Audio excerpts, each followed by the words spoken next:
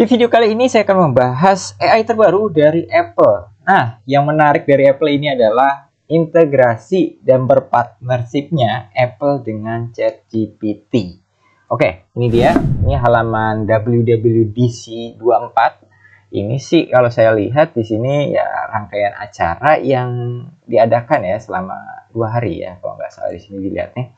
Dan tadi saya udah lihat-lihat ya di situs Apple resminya tentang apa aja sih yang ada di Apple ini dengan AI terbarunya yang berpartner dengan ChatGPT dari OpenAI.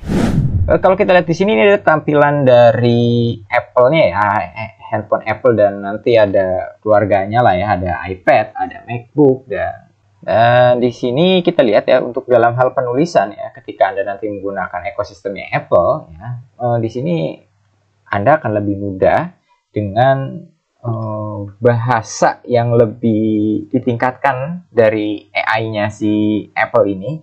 Terlebih lagi kan kalau kita tahu kemarin di update-nya OpenAI ChatGPT 4o itu dengan kemampuan bahasanya yang lebih natural lagi, dan beberapa video saya yang sudah saya tes kayak analisis itu juga udah keren banget, dan sekarang ini digabungin sama si Apple. Nah, di sini jadi kalau saya lihat di videonya sih, misalkan Anda mau nulis email nih ya, Anda tinggal blok aja, kemudian style penulisannya tuh bisa mau profesional, mau friendly. Nah, itu kayak AI yang pernah saya bahas, yaitu Writer, yaitu 1 tahun lalu kalau nggak salah saya bahas tentang AI Writer namanya.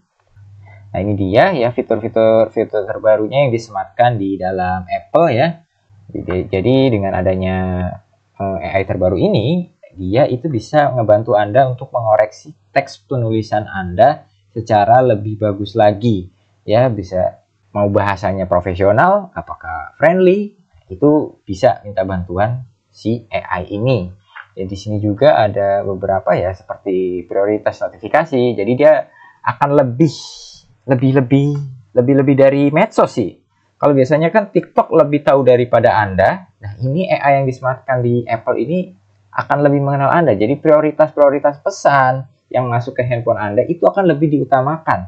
Ya, notifikasi-notifikasi yang lebih penting akan diberitahu dengan bantuan AI terbarunya ini.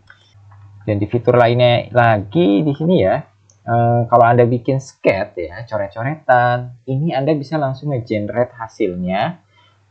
Jadi seperti realistis seperti ini. Jadi kalau tadi gambar kayak masjid apa ya, kayak masjid-masjid gitu, Anda misalkan sketch aja, nanti bisa di-generate, bisa langsung di dalam Apple-nya ini. Wih, canggih banget ya. Dan yang selanjutnya sih masalah emoji. Ya, kalau emoji menurut saya di sini nggak terlalu penting ya untuk emoji di sini. Ya mungkin buat lucu-lucuan aja sih ya oke-oke aja, tapi menurut saya ini fitur yang nggak terlalu penting-penting banget di Apple. Ya seperti tadi kayak bikin sketch dicoret-coret. Nah, terus ini juga kita bisa membuat emoji berdasarkan sama siapa kita ngechat gitu loh. Dia bisa memprediksi ya. Lucu juga ya bisa begini ya. Kemampuan lainnya juga si AI Apple ini, dia bisa bantu ya dari foto-foto yang udah Anda simpen, ya kan, dia bisa buatin jadi sebuah video. Ya, nggak jauh beda sih ya kalau kayak kemampuan ini di Google juga ada ya, Google Foto. Nggak terlalu spesial kalau menurut saya untuk hal ini. Nah, yang terbaru dari Siri di sini, Anda nggak cuma tinggal ngomong ya, tapi sekarang Anda di Siri itu bisa langsung ngetik aja. Jadi gimana ya tadi ya? Nah, ini. Jadi ketika nanti Anda mau menggunakan Siri dari Apple, itu tuh dia langsung nyala seperti ini di pinggir-pinggir ya. Wih, ini menandakan si AI Siri ini siap nih untuk membantu Anda. Dan di sini juga Anda cukup tap 2 kali ya, tap 2 kali kalau Anda nggak mau ngomong, tinggal ngetik aja, macem kayak Google juga sih ya. Tapi ini nggak terlalu spesial lah menurut saya kemampuan ini. Dan terus masalah privacy juga kurang. Nah, yang paling saya suka mungkin ChatGPT-nya ini ya, diintegrasikan dengan ChatGPT secara seamless gitu loh. Jadi nanti kalau Anda pengguna ChatGPT Pro, udah tinggal login aja, langsung bisa masuk. Dan ini kerennya itu ekosistemnya Apple itu udah terintegrasi. Nah, jadi kalau Anda mau minta buka file, minta cariin foto itu tinggal ngomong aja kan dengan kemampuan si Siri-nya dan ditambah si ChatGPT-nya. Ini udah powerful banget ya.